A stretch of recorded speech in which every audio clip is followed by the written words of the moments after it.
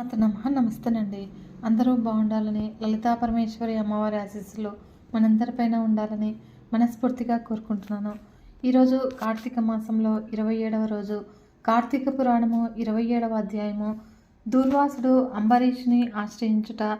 మరలా అత్రి మహాముని అగస్త్యునకు ఇలా వివరిస్తూ ఉన్నాడు. కుంభసంభవ, ఆ శ్రీహరి దూర్వాసుని ఎంతో ప్రేమతో చేరదీసి ఇంకనూ ఇలా చెప్తూ ఉన్నాడు. ఓ దూర్వాస మహాముని, నీవు అంబరీషుని శపించిన విధముగా ఆ 10 జన్మలు కూడా నాకు సంతోషకరమైనవి. నేను అవతారములెత్తుట కష్టము కాదు. కాబట్టి నీవు తపశ్శాలివి, నీ మాటలకు విలువ ఇవ్వవలను. అందుకు నేను అంగీకరించుతుని. బ్రాహ్మణుల మాట తప్పకుండుట నా కర్తవ్యము. నీవు అంబరీషుని ఇంట భుజింపక వచ్చినందులకు అతడు చింతాక్రాంతుడై బ్రాహ్మణ పరివృత్తుడై ప్రాయోపవేశము చేయడానికి సిద్ధపడెను. ఆ కారణం వల్లనే విష్ణు చక్రము నిన్ను బాధింపచూసింది. కనుక ప్రజారక్షణమే రాజధర్మము కానీ ప్రజాపీడనము కాదు. ఒక బ్రాహ్మణుడు దుష్టుడైనచో అతన్ని జ్ఞానులైనటువంటి బ్రాహ్మణులే శిక్షించవలను. మరియు ఒక విప్రుడు పాపి అయిన మరొక విప్రుడే దండించవలను. ధనుర్బాణములు ధరించి ముష్కరుడై యుద్ధమునకు వచ్చినటువంటి బ్రాహ్మణుని తప్ప మరెవ్వరిని కూడా ఎప్పుడూ కూడా దండించకూడదు. బ్రాహ్మణ యువకుని దండించుట కంటే పాతకము ఒకటి ఉండదు. విప్రుని హింసించువాడును హింసింపచేయువాడును బ్రాహ్మణ హంతకులకి న్యాయశాస్త్రములు ఘోషిస్తూ ఉన్నవి. బ్రాహ్మణుని సిగబట్టి లాగిన వాడును, కాలితో తన్నిన వాడును, విప్రద్రవ్యమును అపహరించువాడును, బ్రాహ్మణుని గ్రామం నుండి తరిమివేయువాడు, విప్రపరిత్యాగము చేసినవాడు కూడా బ్రహ్మాంతుకులే అవుతారు. కనుక ఓ దూర్వాస మహర్షి, అంబరీషుడు నీ గురించి తపశ్శాలియు విప్రమోత్తముడు అయినటువంటి దూర్వాసుడు నా మూలమున ప్రాణ సంకటమును పొందుతూ ఉన్నాడు. అయ్యో, నేను బ్రాహ్మణ హంతకుడైనైతినే అని పరితాపము పొందుతూ ఉన్నాడు. నీవు వెంటనే వెళ్ళి అంబరీషుని దగ్గరికి వెళ్ళుము. అందువలన మీరు ఉభయులు కూడా శాంతి లభిస్తుంది అని విష్ణువు దూర్వాసునకు నచ్చజెప్పి అంబరీషుని దగ్గరకు పంపిస్తాడు. కార్తీక పురాణము 27వ అధ్యాయము సమాప్తము. ఈరోజు కార్తీక త్రయోదశి కాబట్టి పరమేశ్వరుని భక్తి కథలను గురించి తెలుసుకుందాము. తల్లి అయినటువంటి ఓ సామాన్యురాలి కథ గురించి తెలుసుకుందాము. పార్వతీ పరమేశ్వరులు ఈ జగత్తుకి ఆది దంపతులని భక్తుల నమ్మకము. ఆ ఆది దంపతులని నిరంతరము కూడా తలుచుకుని నిష్ఠతో కొలుచుకున్న భక్తులకు కొదవలేదు. అలాంటి ప్రతి భక్తునిది కూడా ఓ దివ్యగాథే. తమిళనాట 6-8 దశాబ్దాల మధ్య నివసించినటువంటి శివభక్తులలో కొందరిని నాయనార్లుగా పిలిచే సంప్రదాయం ఉంది. కనుక 63 మందిగా ఉన్నటువంటి ఈ నాయనార్లలో ఒకరైన కరైకాల్ అమ్మయార్ అనే భక్తురాలి కథే ఇది. కరైకాల్ అమ్మయార్ చిన్నపాటి పేరు పునీతవతి. పేరుకు తగ్గట్లుగానే ఆమె శివభక్తితో పునీరుత్తురాలుగా ఉండేది. వారి కుటుంబము తమిళనాట ఉన్న కరైకాల్ అనే పట్టణంలో నివసించేవారు. ప్రస్తుతము ఇది పుదుచ్చేరి అధీనంలో ఉంది. ఈ పునీతవతికి చిన్ననాటి నుంచే శివుడు అంటే మహాప్రీతి. నిరంతరము కూడా శివనామ స్మరణ చేయడమే కాకుండా ఇంటికి వచ్చినటువంటి శివభక్తులకు ఆతిథ్యాన్ని ఇచ్చేది ఈ పునీతవతి. మరి యుక్త వయసు రాగానే పునీతవతిని పరమదత్తన్ అనే యువకునికిచ్చి పెళ్లి చేశారు పెద్దలు. పరమదత్తను అందంలోనే కాదు, సంపదలోనూ వ్యక్తిత్వంలోనూ గొప్పవాడే. ఒక పక్క భార్యగా పరమదత్తన్ బాగోగులను చూసుకుంటూనే ఎప్పటిలాగా శివభక్తుల సేవను కూడా కొనసాగించింది పునీతవతి. అయితే మధ్యలో ఒక చిన్న సంఘటనే కనుక జరగకపోతే పునీతవతి సాధారణ గృహిణిగానే ఉండిపోయేది. ఒక రోజున పరమదత్తన్ ఎవరో 2 మామిడి పండ్లను ఇస్తే వాటిని ఇంటికి పంపించాడు. అదే సమయంలో ఎవరో శివభక్తుడు ఈ పునీతవతి గుమ్మం దగ్గరికి వచ్చి నిల్చున్నాడు. అయితే ఇంట్లో చూస్తేనేమో వంట పూర్తి కాలేదు. భక్తుని నిరీక్షింపచేసేందుకు కానీ ఖాళీ కడుపుతో తిప్పి పంపేందుకు కానీ పునీతవతికి మనసు ఒప్పుకోలేదు. దాంతో తన చేతిలో ఉన్నటువంటి 2 మామిడి పండ్లలో ఒకదానిని అతనికి అందించింది. మిగిలిన పండుని తన భర్త కోసం భద్రపరిచింది.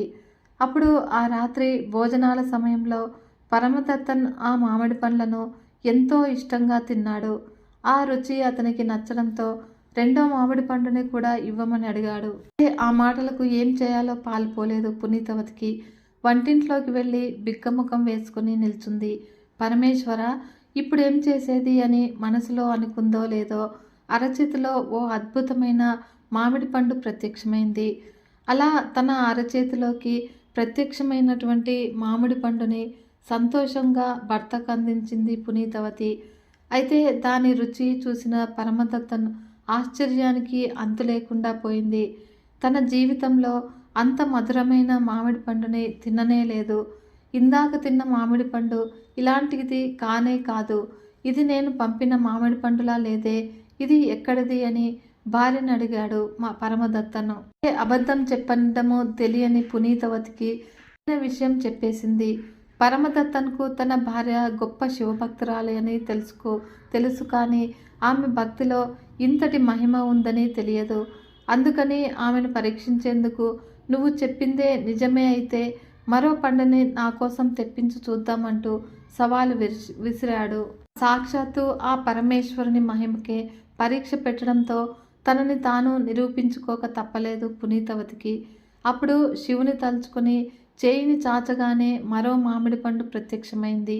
అయితే దానిని పరమదత్తన్ ముట్టుకోగానే అదృశ్యమైపోయింది. నిజంగా జరిగిన సంఘటనతో అవాక్కైపోయాడు పరమదత్తన్. అలాంటి పరమ భక్తురాలికి తాను తగిన భర్తను కాదు అని అనుకున్నాడు. అలాగని ఆమెను ఇంటి నుంచి పంపించి వేయడం కూడా భావ్యం కాదు అని అనుకున్నాడు. అందుకని తానే ఇల్లు వదిలి వెళ్ళిపోయాడు. అక్కడి నుంచి మరో పట్టణానికి వెళ్ళిపోయి వ్యాపారస్తునిగా స్థిరపడ్డాడు. మరో పెళ్లి చేసుకుని భార్య బిడ్డలతో కాలం గడపసాగాడు. అయితే కొన్నాళ్ళు నిరీక్షించిన తర్వాత కానీ పునీతవతికి తన భర్త ఆచూకీ తెలియరాలేదు. తన భర్త గురించి తెలిసిన వెంటనే అతను ఇంటికి చేరుకుంది పునీతవతి. అయితే పునీతవతిని చూడగానే ఆమెకు సాష్టాంగపడ్డాడు పరమదత్తన్. తాను చాలా సామాన్యుడనని, పరమ భక్తురాలైనటువంటి ఆమెను తగనని చెప్పి మోకరిల్లాడు. దాంతో ఇక నాకు భర్త కూడా లేడు కాబట్టి ఆ శివుని కోసమే జీవితాన్ని అర్పిస్తాను అని, పరమేశ్వర, సంసార జీవితానికి దూరంగా ఉన్న నాకు ఈ అందం కూడా వద్దు, నాలోని అందాన్ని తొలగించు అని పరమేశ్వరుని ప్రార్థించింది పునీతవతి. దాంతో ఆమెలోని ముగ్ధతంతా కూడా తొలగిపోయి అతి సామాన్య రూపంలోనికి మారిపోయింది. అటు నుంచి పునీతవతి శివభక్తిలో లీనమైపోయింది. పంచాక్షరిని జపిస్తూ పరమశివుని క్షేత్రాలను దర్శిస్తూ హిమాలయాల్లోని కైలాసగిరిని చేరుకుంది. అయితే శివునికి నివాసమైనటువంటి ఆ పర్వతాన్ని తన కాళ్లతో తొక్కడం ఇష్టం లేకపోయింది పునీతవతికి. అందుకని తలక్రిందులుగా ఆ పర్వతాన్ని ఎక్కడానికి పూనుకుందట. అయితే ఆ వింత దృశ్యాన్ని చూసినటువంటి పార్వతీదేవి ఆమె ఎవరు అని అడగడంతో నా భక్తులను కన్న తల్లిలాగా కాచుకున్న పునీతురాలు అని అన్నాడంట పరమశివుడు. అయితే చివరికి ఆయనే పునీతవతికి ఎదురేగి బాగున్నావా అమ్మా అంటూ క్షేమ సమాచారాలను అడిగాడట. అప్పటి నుంచి ఆమెకు అమ్మయార్ అన్న పేరు స్థిరపడిపోయింది. అలా శివుని అభీష్టం మేరకు అమ్మయార్ తన జీవితం చివరి వరకు కూడా చెన్నైకి పశ్చిమాన ఉన్న తిరువలంగడు అనే ఊరిలోకి శివాలయంలో నివసించారు. అమ్మయార్ శివుని మీద కొన్ని కీర్తనలు కూడా స్వరపరిచారు. ప్రపంచంలోనే తొలి స్త్రీ స్వకర్త కరైకాల్ అమ్మయార్ అంటారు కొందరు. కరైకాల్ పట్నంలో ఆమె పేరున ఒక గుడి కూడా ఉంది. ఇక శివభక్తులను తలుచుకునే చోట ఆమె ప్రస్తావన ఎలాగూ ఉంటుంది. పరమేశ్వరుడి చేతిలో డమరుకం ఎందుకు ఉంటుంది? దీనికి వెనుక ఉన్నటువంటి అసలు నిజాలు ఏమిటి అంటే, శివుడి ఆజ్ఞ లేనిదే చీమైనా కుట్టదు అన్నది పెద్దలు చెప్పిన మాట. దేవుడిని నమ్మే వారికి ఈ మాట వెనుక ఎంత లోతైన భావన ఉందో, ఇది శివుడికి ఎందుకు అన్వయించబడిందో అర్థమై ఉంటుంది. సోమవారం శివుడికి చాలా ప్రత్యేకమని చెప్తారు. శివుడిని పూజించడం, ఉపవాసం ఉండటం వల్ల ఎంతో పుణ్యం దక్కుతుంది అని, జాతకంలో గ్రహాలు అనుకూలంగా మారుతాయని అంటారు. అయితేనా శివుడికి జలాభిషేకం లేదా రుద్రాభిషేకం చేయటం వల్ల పరమేశ్వరుడు ఆనంద భరితుడవుతాడు. అందుకే ఈయనను బోళాశంకరుడు అని అంటూ ఉంటారు. అయితే శివుడి చేతిలో డమరుకం ఉంటుంది. దీని వెనుక ఉన్న నిజం ఏమిటి, ఇదే దేన్ని సూచిస్తుంది అని తెలుసుకుంటే, డమరుకము సంగీత వాయిద్యాల్లో ఒకటి. చాలామంది సన్యాసుల దగ్గర ఈ డమరకం ఉంటుంది. శివుడు లోక కళ్యాణం కోసము డమరుకం ధరించాడు అని చెబుతూ ఉంటారు. అయితే డమరుకము 14 రకాల లయాలు ఉన్న ధ్వనిని విడుదల చేస్తుంది. త్రిమూర్తులు ఈ విశ్వాన్ని సృష్టించారని మన హిందూ పురాణాలు చెబుతూ ఉన్నాయి. కనుక ఈ సృష్టి ఏర్పడిన మొదట్లో ఈ ప్రపంచం అంతా కూడా చాలా నిశ్శబ్దం అలుముకొని ఉండేది. అయితే ఇది చూసినటువంటి పరమేశ్వరుడు ఈ సృష్టి పట్ల తృప్తి చెందలేకపోయాడు. అప్పుడు బ్రహ్మ విష్ణువుల అనుమతితో తన కమండలం నుంచి నీటిని తీసుకొని మంత్రించి ఆ నీటిని భూమిపై చల్లాడు. ఆ మంత్రశక్తికి భూమి కంపించింది. అప్పుడు శక్తి స్వరూపిణి అయినటువంటి శారదాదేవి ఉద్భవించింది. చతుర్భుజి అయినటువంటి ఆ శారదాదేవి ఒక చేతిలో వీణ, మరొక చేతిలో పుస్తకము, 3వ చేతిలో జపమాల, 4వ చేతులలో వరముద్రతో ఉంటుంది. అయితే ఈ శారదాదేవి తన చేతిలో ఉన్నటువంటి వీణతో మధురగానం వీణ వాయించింది. ఆ వీణధ్వనికి సంతోషించినటువంటి పరమేశ్వరుడు వీణకు అనుగుణంగా తాను కూడా డమరుకాన్ని వాయించాడు. ఈ విశ్వంలో లయను స్థాపించడానికి శివుడు డమరుకాన్ని సృష్టించాడని చెబుతారు. దీనికి అనుగుణంగానే డమరుకం నుంచి 14 లయలు ఉన్న ధ్వని వెలువడుతుంది. డమరుకము శబ్దంలో ఉన్న రిథం చాలా మానసిక రుగ్మతల నుంచి ఉపశమనం కలిగిస్తుంది. పరమేశ్వరుడి పూజా సమయంలో ఈ డమరుకాన్ని వాయించడం వల్ల శివుడు సంతోషించడమే కాదు, ఇంట్లో ఉన్నటువంటి నెగటివ్ ఎనర్జీ పటాపంచలవుతుంది. దానివల్ల ఇంటిల్లిపాది కూడా మానసిక ఆరోగ్యాన్ని పొందుతారు. వీడియో కనుక మీకు నచ్చినట్లయితే ఒక చిన్న లైక్ చేసి మన ఛానల్ని ఇంతవరకు సబ్స్క్రైబ్ చేసుకోకుంటే సబ్స్క్రైబ్ చేసుకొని సపోర్ట్ ఇవ్వండి ఫ్రెండ్స్. మరొక మంచి వీడియోతో మీ ముందుకు వస్తాను. అంతవరకు సెలవు. నమస్కారం.